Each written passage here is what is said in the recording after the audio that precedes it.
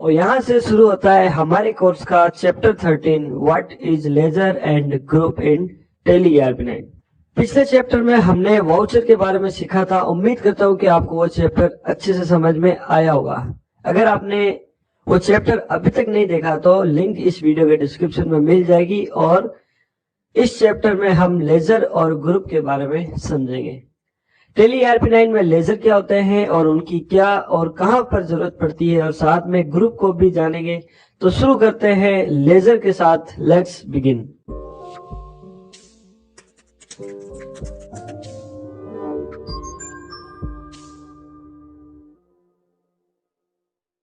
जैसा कि हमने पिछले चैप्टर में वाउचर के बारे में सीखा था कि ऐसी प्रति या पेपर जिस पर कुछ लिखा जाता हो उसे वाउचर कहते हैं।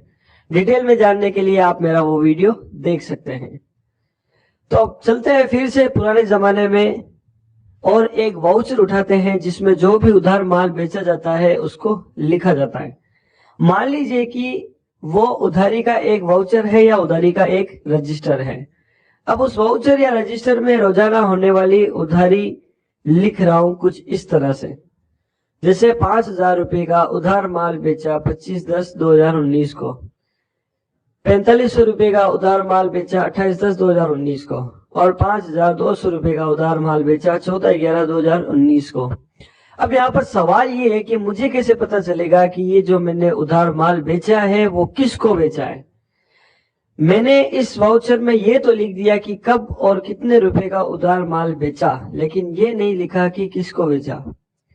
अब यही अगर इस वाउचर की हेडिंग में मैं उस व्यक्ति का नाम लिख दूं जिसको मैंने ये उधार माल बेचा है, जैसे यहाँ पे मैं अनवर लिख देता हूं, अब मुझे आसानी से पता चल जाएगा कि मैंने ये माल कब, किसे और कितने रुपए का बेचा।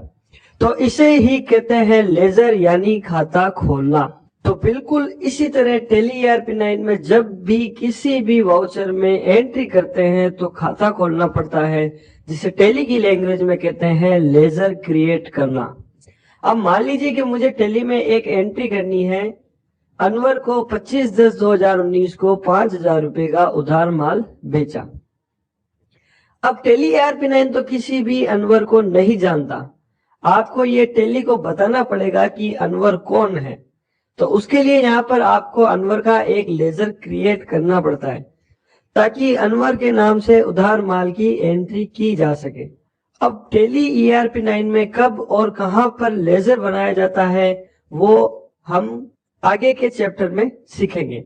लेकिन जब भी टैली ERP9 में कोई भी नया लेजर बनाया जाता है तब उसे एक ग्रुप में डालना पड़ता है। अब ये ग्रुप क्या होता है वो समझते हैं।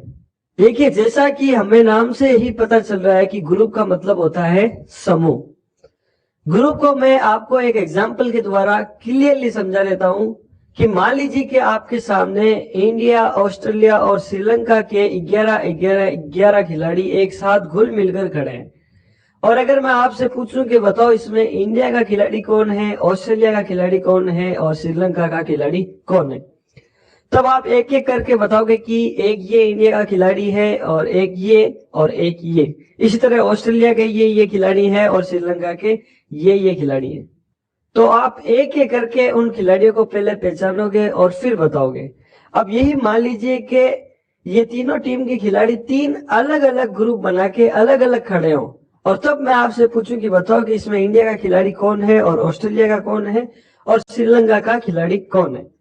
अब आप एक ही बार में बता दोगे कि ये सब खिलाड़ी इंडिया के हैं और ये सब ऑस्ट्रेलिया के हैं और ये सब खिलाड़ी श्रीलंका के।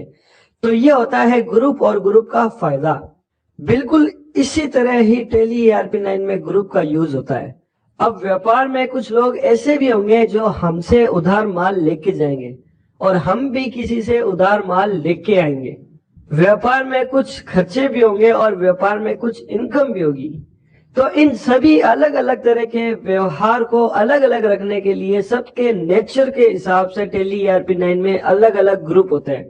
फॉर एग्जाम्पल, जो मुझसे माल उधार लेके जाता है वो मेरा देनदार है और जिनसे मैं उधार माल लेके जाऊंगा वो मेरा लेनदार है। तो इन दोनों के अलग अलग ग्रुप हैं। एक लेनदार है जिसे टैली ERP9 में सन्ड्री क्रेडिटर्स कहते हैं और जो देनदार है उसे सन्ड्री डेटर्स कहते हैं। तो इस प्रकार टैली ERP9 में और भी ग्रुप है। जब भी हम कोई भी नया लेजर बनाएंगे तो उसको एक ग्रुप में डालना कंपलसरी है और एक सही ग्रुप की पहचान करना भी जरूरी है। यानी हमने अगर देनदार को लेनदार के ग्रुप में डाल दिया और लेनदार को देनदार के ग्रुप में डाल दिया तो हमारी अकाउंटिंग का काम बिगड़ जाएगा। इसलिए एक सही ग्रुप की भी पहचान बहुत जरूरी है। तो अब टैली में ग्रुप कहाँ होते हैं और उनका क्या यूज होता है और कितने ग्रुप होते हैं और कौन से लेजर में कौन से ग्रुप को लेना पड़ता है, ये सब हम जैसे जैसे कोर्स की तरफ बढ़ेंगे तब 1 बाय 1 एक एक ग्रुप को सीखते रहेंगे। तो तब तक इंतजार कीजिए मेरे अगले वीडियो का, जो बहुत ही जल्द आपको मिल जाएगा। और टैली का फुल कोर्स करने के लिए अभी मेरे चैनल को सब्सक्राइब कर लें। जल्दी मिलेंगे नए वीडियो के साथ, तब तक के लिए टेक केयर।